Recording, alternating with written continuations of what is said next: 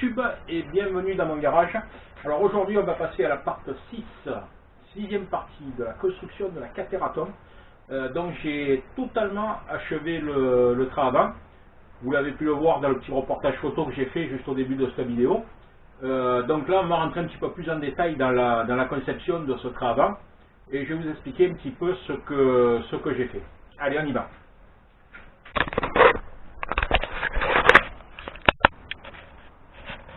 Alors, je vais me mettre de ce côté pour pas voir le contre-jour. Voilà. Alors, ici, au niveau du train avant, donc, vous avez le triangle inférieur, que je vous avais déjà fait voir, il me semble, et le triangle supérieur, donc, qui lui est articulé. Hein? Donc, j'ai fabriqué ici les basculeurs. Alors, les basculeurs, ça sert à quoi? Ça sert, pareil qu'à l'arrière, à modifier la résistance de l'amortisseur. C'est-à-dire que l'amortisseur peut être réglé plus souple, et tout en étant réglé plus souple, il aura beaucoup plus de force et de résistance pour compenser la remontée du train. Alors, ça permet quoi de faire un basculeur?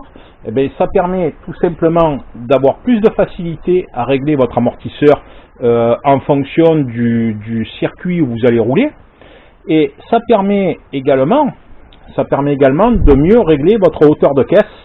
Puisque si on prend cet amortisseur qui est un amortisseur de R1, donc on a ici, je vais le faire voir de plus près, ceux qui connaissent le savent, hein, ici on a un réglage de hauteur. Donc ce réglage de hauteur, bien évidemment, on a 10 mm ici. Donc si on tourne cette molette, vous voyez, sur la partie la plus réduite, on comprime le ressort, ce qui va empêcher la moto de s'écraser et donc d'être un petit peu plus haute. Voilà. En comprimant le ressort, on durcit également le ressort, hein, bien évidemment. Donc si vous voulez, l'avantage du basculeur, c'est qu'on peut éviter de modifier ce réglage là tout en ayant autant de résistance au choc.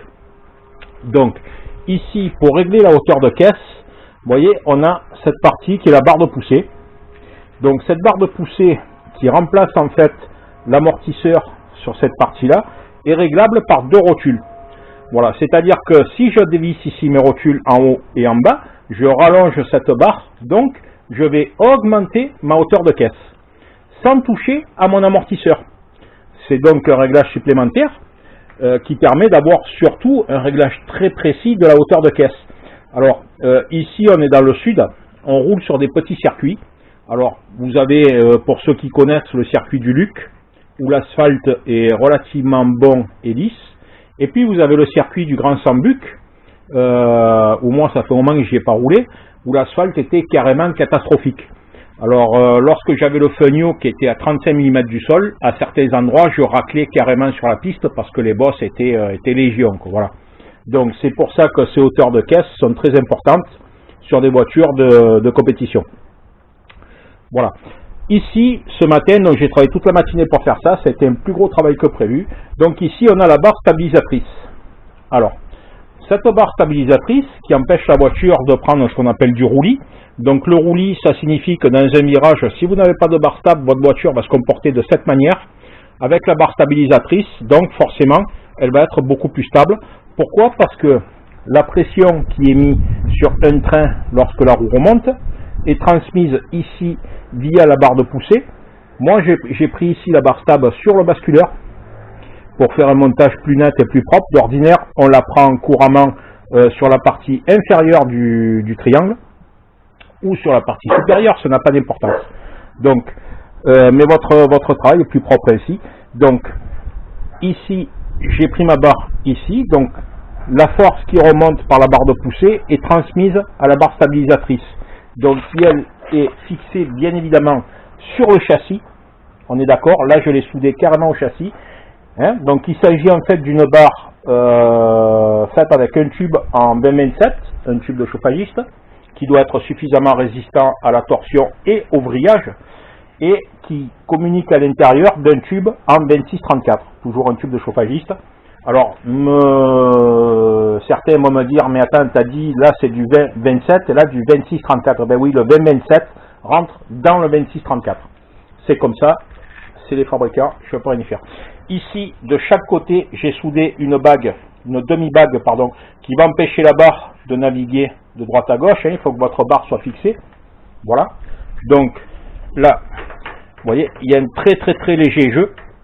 C'est tout à fait normal, hein, c'est pour que la barre puisse monter et descendre. Voilà. Alors la barre a la possibilité également d'être réglée, vous voyez, via ces deux rotules qui se trouvent en bas et en haut. On peut régler cette barre en la mettant plus haute, plus basse, ou si vous avez par exemple des réglages spécifiques. Alors les réglages spécifiques, honnêtement, nous en France on les fait parce que quand vous construisez une voiture, ça serait dommage de ne pas le faire. Mais on n'a pas de réglage spécifique sur nos circuits. Pourquoi? Je vais vous expliquer ce qu'est ce type de réglage. Par exemple, les Américains, lorsqu'ils roulent en stock car, en NASCAR, ils tournent dans le sens anti-horaire pour la plupart des circuits, les circuits ovales.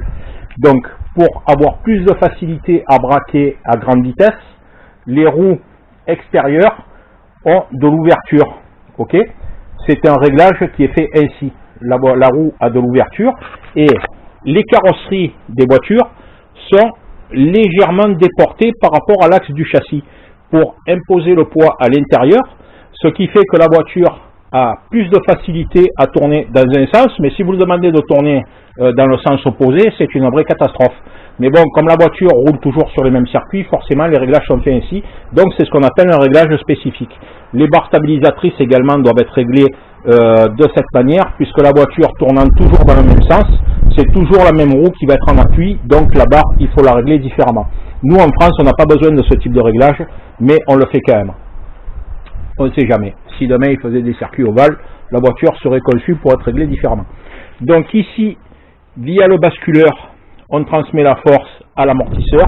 Alors, inversement à l'arrière, j'ai recentré les amortisseurs à l'intérieur, hein, à l'intérieur du châssis. Au départ, je comptais les mettre apparents ici. Bon, c'est une construction qui aurait été un petit peu plus complexe, notamment au niveau du basculeur. Et puis finalement, sur un trait avant, le trait avant doit être le plus incisif possible par rapport à un trait arrière qui lui aurait plus tendance à suivre. Donc afin d'avoir le trait avant optimal, j'ai préféré faire une véritable construction telle que ça se fait sur les sports prototypes pour avoir une efficacité maximum. Voilà. Donc ici, mon basculeur, bien évidemment, ça se voit peut-être pas à la caméra, mais vous allez voir, j'ai une différence donc entre ces différents points. Ok, je vais prendre un réglé pour vous le faire voir. Si j'en trouve un, bien sûr. Il est là. Alors, hop. Donc, vous voyez que ici, entre l'axe de l'amortisseur et l'axe du basculeur, je suis à 125. Et ici, entre l'axe du basculeur et, pardon, je bouge mon doigt à la caméra avec, et l'axe de la barre de poussée, je suis à 95. Hein, ok? Voilà. Donc, ça signifie que, alors j'ai pas fait un transfert à 50%. 50%, il aurait fallu que j'ai la même distance entre là et là, et là et là. Alors j'ai augmenté cette distance pour justement ce que je vous expliquais, augmenter la résistance de l'amortisseur. Mais je ne l'ai pas augmenté de 2 tiers, 1 tiers, c'est-à-dire le double par rapport à ici. Pour quelle raison? Parce que l'amortisseur aurait été tellement dur que sur un circuit bosselé, il aurait fallu, ce qui se fait couramment en compétition, c'est que vous avez des amortisseurs qui sont prévus pour certains circuits qui sont hyper souples, c'est-à-dire que c'est des amortisseurs qui sont plus souples à la construction et non pas au réglage. Voilà, c'est-à-dire qu'une fois que vous mettez les réglages minimum sur ces amortisseurs, ils resteraient toujours trop durs. Alors sur certains circuits comme le Grand Sambuc où je roule souvent, avec des amortisseurs beaucoup trop durs et la piste qui est bosselée, si elle n'a toujours pas été refaite, c'est carrément inconduisible. Voilà, c'est-à-dire que vous avez le pied qui talonne sur l'accélérateur, c'est l'enfer, quoi. Je l'ai eu avec le Funio 5, hein, où les suspensions n'étaient pas du tout adaptées à ce type de circuit, et donc impossible de faire un chrono sur cette piste. Voilà. Effectivement, il y avait un gros changement lorsqu'on passait au Luc, puisque la piste était beaucoup en meilleur état. Voilà. Donc ici, voilà la construction complète. La barre stabilisatrice donc navigue, hein, de haut en bas. je ne l'ai pas démonté, mais bon, j'aurais pu le faire effectivement. Donc cette barre, vous voyez, elle ne peut pas se déplacer parce qu'elle est bloquée de chaque côté par cette pièce que j'ai soudée. Ok. Donc elle est solidaire du châssis, comme je vous l'ai dit. Et là, pareil, donc la barre de poussée qui est réglable. Voilà. Donc voilà la vue d'ensemble du train avant. Donc là, le train avant est totalement achevé. Je ne sais pas ce que le soleil donne. Voilà. Donc pour la suite, donc maintenant je vais attaquer la barre stabilisatrice du train arrière. Alors d'ordinaire on ne met pas de barre stabilisatrice sur un train arrière ou une barre très fine. Pourquoi je le fais? Parce que le moteur est placé dans une position où, vous voyez d'ici, le moteur est plus haut. Donc comme il est plus haut, je vais mettre une barre stable afin de m'assurer que le moteur ne va pas déstabiliser la voiture. Hein, voilà. Donc je la ferai sûrement naviguer entre les deux basculeurs également. Hein. Voilà. Ici il restera donc sur la partie avant la colonne de direction à mettre en place.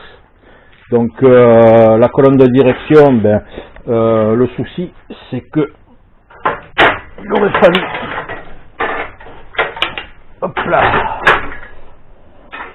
voilà, il aurait fallu que je reçoive le scuttle pour la mettre comme il faut à sa place. Vous voyez, donc elle va passer par dessus comme ça, voilà. Et là, à partir de là, la partie, le train avant sera totalement achevé et opérationnel. Voilà, il restera, la seule chose qui reste à faire, ce sera les barres de poussée, où ici j'ai estimé la hauteur, donc je les ai juste pointées, elles sont normalement trop longues, hein. Je les ai juste pointées. Lorsque la voiture va se poser au sol, normalement l'amortisseur doit se comprimer parce qu'il faut avoir du négatif. Si jamais vous sautez, il faut que le train se détende. Donc en fait, ce qu'il faut, c'est, une fois que l'amortisseur est comprimé, régler le train pour que le triangle inférieur revienne à l'horizontale. Donc pourquoi l'horizontale? Eh bien, tout simplement parce que votre réglage sera fait à la base et automatiquement, tiens, je sais pas serré ici, et automatiquement, donc il faut que votre pivot soit dans une bonne position. Hein, si votre train est déjà remonté, votre pivot a déjà du carrossage, donc vous ne pouvez pas le régler comme il faut. Voilà. Donc c'est pour ça que cette barre là est juste pointée et je finirai de la souder plus tard. Voilà les amis, si vous avez des questions, n'hésitez pas à les poser, j'y répondrai sans souci. Pour ceux qui ont vu la partie numéro 5, alors je vais être obligé de supprimer cette vidéo et de l'uploader une nouvelle fois. Pourquoi? Parce que YouTube a décelé des droits d'auteur, je ne sais pas quels droits ils ont décelé, mais bon, pour ceux qui l'ont vu, je m'excuse auprès d'eux. Lorsque je la réinstallerai, ben, YouTube vous relancera, donc vraiment navré, mais j'ai pas le choix, je suis obligé de faire comme ça. Voilà, merci les amis, bon après-midi.